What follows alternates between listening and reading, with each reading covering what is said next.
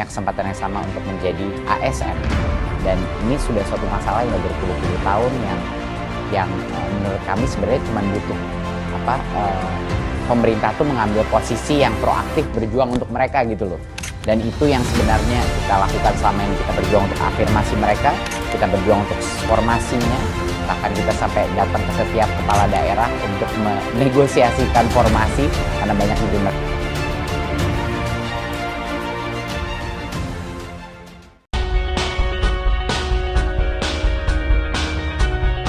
Peringatan Hari Guru pada 25 November 2021 ini menjadi tahun kedua di tengah pandemi COVID-19. Mengangkat tema Bangkit Bersama Pulih Bersama, Menteri Pendidikan Kebudayaan, Riset, dan Teknologi, Nadiem Makarim mengatakan, pandemi memperberat tantangan dunia pendidikan di Indonesia yang sebelumnya pun sudah sangat berat. Untuk itu ia berterima kasih kepada para guru.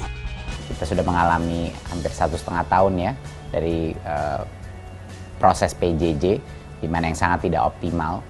Jadi sekarang benar-benar beban besarnya itu ada di pundak guru untuk bisa mengejar ketertinggalan tersebut pada anak-anak kita. Jadinya harapan saya adalah terima kasih kepada semua guru, apresiasi sebesar-besarnya mereka sudah melalui pandemi, harus belajar teknologi dengan semua kerepotan daripada proses PJJ ini dan ketidaknyamanan. Mereka telah melaluinya. Banyak dari mereka yang harus datang langsung ke rumah adik-adik kita, murid-murid untuk memastikan atau menjamin pembelajaran mereka. Jadi perjuangan di masa 1,5 tahun ini luar biasa, dan kata terpenting saya adalah terima kasih sih kepada mereka untuk perjuangannya.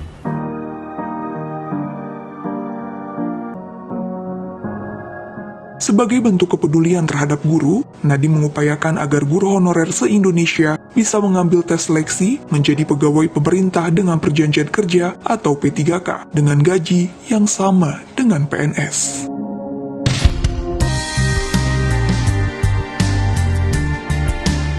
Jadi salah satu fokus yang kita lakukan tahun ini adalah program guru honorer diseleksi untuk menjadi P3K.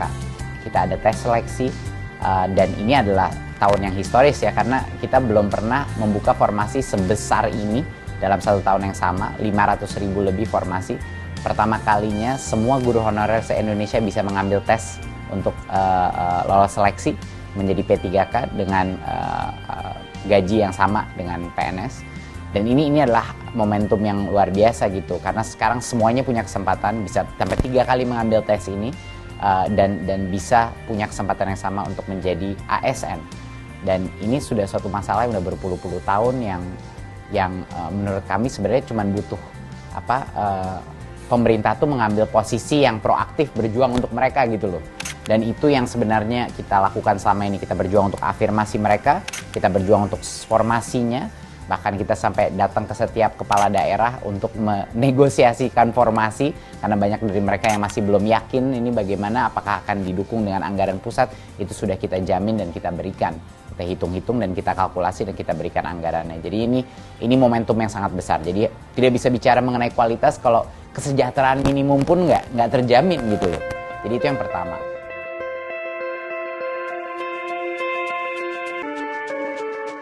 Nadiem mengakui masih menemukan kelemahan-kelemahan di sistem pendidikan Indonesia saat pandemi. Namun, ia yakin guru dan semua pihak yang terlibat mampu mengatasi tantangan selama pandemi. Kita bisa melakukan program guru penggerak selama pandemi ini, ya kan? Kita melakukan pelaksanaan P3K ini, seleksi serentak seluruh guru honorer di seluruh Indonesia, tapi lancar-lancar aja gitu. Jadi sebenarnya jangan menggunakan pandemi sebagai alasan tidak untuk berubah, malah kebalikannya. Yang kita sadari sebagai kelemahan-kelemahan di sistem pendidikan kita di masa pandemi ini baru terlihat jauh lebih akut krisisnya gitu. Kesenjangan antara daerah, daya literasi yang rendah, akses kepada teknologi, semua hal-hal ini jadi kelihatan masalahnya. Jadinya malah sekarang karena pandemi, urgensi untuk melakukan perubahan lebih besar. Gitu. Menurut saya itu akan mengakselerasi perubahan, bukannya malah menghambat. Selamat Hari Guru Nasional. Teruslah menjadi sosok guru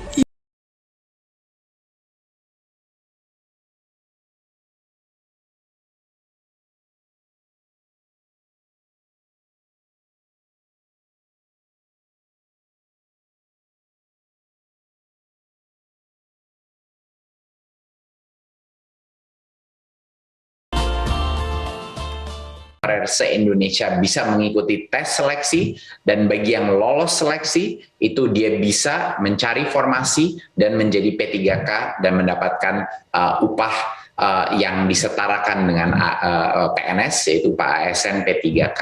Jadi ini cukup historis. Baru saja ronde pertama kami umumkan pada tanggal 9 Oktober yang lalu, dan alhamdulillah 170.000 guru honorer dinyatakan lulus seleksi dan diangkat langsung menjadi ASN. Ini baru ronde pertama, masih ada beberapa ronde lagi tahun ini, dan tahun depan pun akan kita lakukan ronde-ronde lainnya. Jadi setiap guru honorer walaupun tidak lolos seleksi pun bisa sampai 3 kali mencoba untuk mendapatkan posisi sebagai ASN. Jadi ini belum pernah di dalam sejarah kita dalam 20 tahun terakhir guru honorer punya kesempatan sebanyak ini untuk menunjukkan kelayakannya gitu. Dan kedepannya kami menyadari juga masih banyak juga guru honorer yang sudah lolos seleksi tetapi mereka belum mendapatkan formasi karena daerahnya belum mengajukan formasi tersebut. Itu yang akan kita perjuangkan untuk tahun depan. Jadi saya sudah berkomitmen, dan saya bilang bahwa kemarin waktu saya bilang sama para guru honorer, saya akan perjuangkan afirmasi patut dinilai. Dan satunya lagi, untuk semua peserta seleksi, kami dan Panselnas telah memutuskan untuk memberikan tambahan nilai 10% lagi dari nilai maksimal kompetensi teknis. Jadi banyak sekali guru-guru honorer menilai dan menyuarakan aspirasinya ke saya setelah saya datangin di berbagai macam daerah bahwa nilai kompetensi teknisnya ini cukup sulit tesnya. Jadi kami dan Panselnas telah memutuskan untuk memberikan tambahan afirmasi bonus poin 10% untuk bagian kompetensi dari tesnya. Berikut. Jadi dengan sangat bahagia, saya mengumumkan pada ronde pertama ini, dan jangan lupa, masih ada ronde kedua dan ketiga di tahun 2021, dan tahun depan pun akan ada ronde-ronde lagi. Tapi di ronde pertama saja, dari 322.665 formasi yang dilamar oleh guru, 173.329 formasi tersebut telah terpenuhi. Jadinya, dengan ronde pertama, baru saja ronde pertama dari ini, 173.329 guru honorer akan diangkat menjadi P3K. Ini artinya dari formasi yang dilamar, 53,7% dari formasi tersebut dipenuhi. Ya, saya ingin mengucapkan selamat yang sebesar-besarnya kepada yang 173.329 guru-guru honorer yang sekarang sudah mendapatkan formasi dan akan diangkat menjadi P3K. Ya, ini merupakan angka yang salah satu angka terbesar. Jadi ini ini adalah hari historis untuk kita semua. Dan ini baru ronde pertama. Ronde kedua akan dilaksanakan di tahun ini, dan ada ronde ketiga lagi di tahun ini. Jadinya ini baru awal saja daripada proses pengangkatan P3K ini. Berikut. Dan bagi yang tidak lolos passing grade dan tidak lolos dan formasi, jangan khawatir karena kita bisa mengambil tesnya lagi di tahun ini kalau mau, tapi kalau butuh waktu untuk belajar lebih lama, bisa juga untuk tahun depan. Jadinya setiap guru honorer diberikan 3 kesempatan mengambil tes seleksi. Ya, jadinya bisa memberikan jangka waktu untuk belajar lagi.